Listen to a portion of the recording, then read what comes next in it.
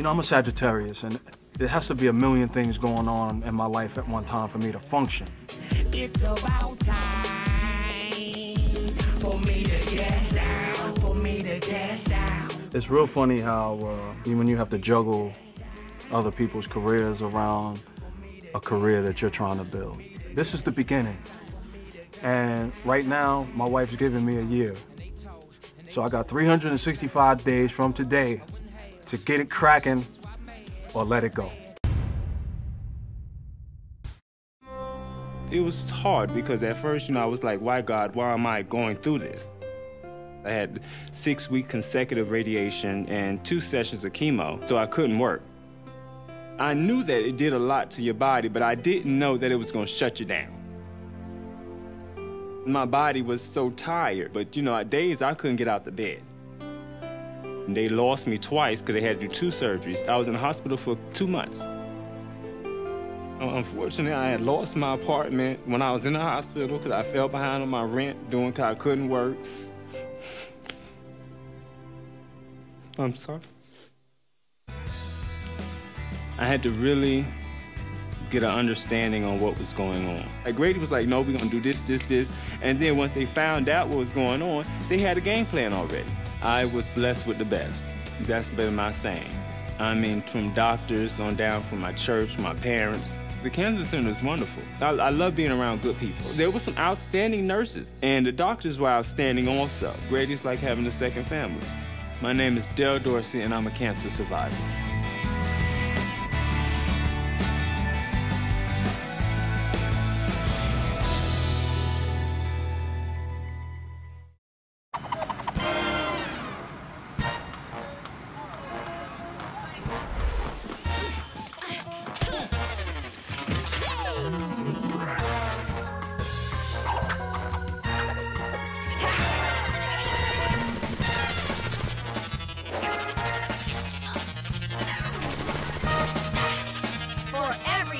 Defeated, a sister gets a ring.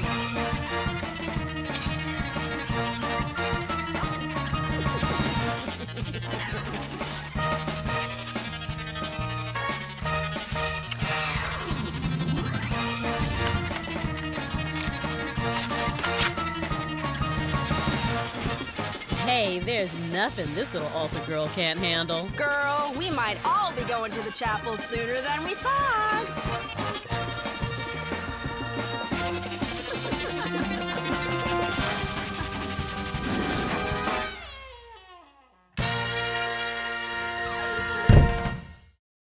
JJ here for the Peachtree TV Green Tea. Is the price of gas driving you crazy? Well, cutting the amount you spend on gas isn't brain surgery. It's as simple as this. Before you hop in your car, just ask yourself, is this trip really necessary? Organizing activities and combining trips will help reduce the number of times you drive. And you get to keep a little extra green in your wallet. Remember, think green. Welcome to the show, coming at you live. Show that brings the music industry to your living rooms, baby. Kind of music that people want to hear. For people to be able to see the spectrum of what hip-hop is, the show is very important, man.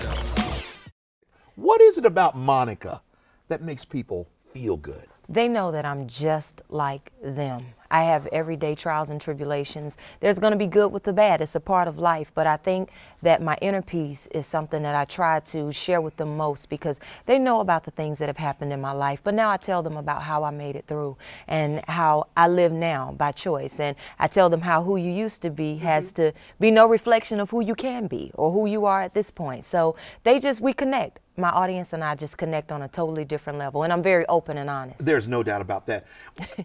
Buckle your seatbelt, Dorothy, because Kansas is going bye-bye.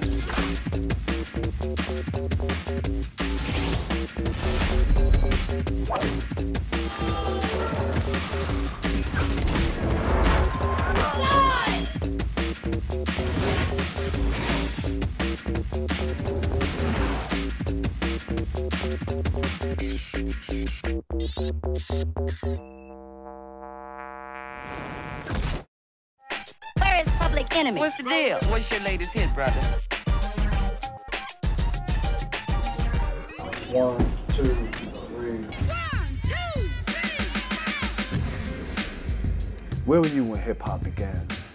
I go back to when I was in high school, there was no such thing as a rap record. Matter of fact, my first year in college, there was no such thing as a rap record.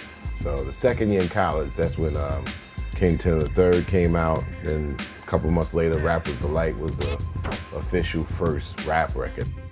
I got on the mic in the late 70s to sit whack cats down or to intimidate the area enough to make them not want to go near the mic so I could let the DJ do his thing so I could get my dance on with some girl. Simple as that.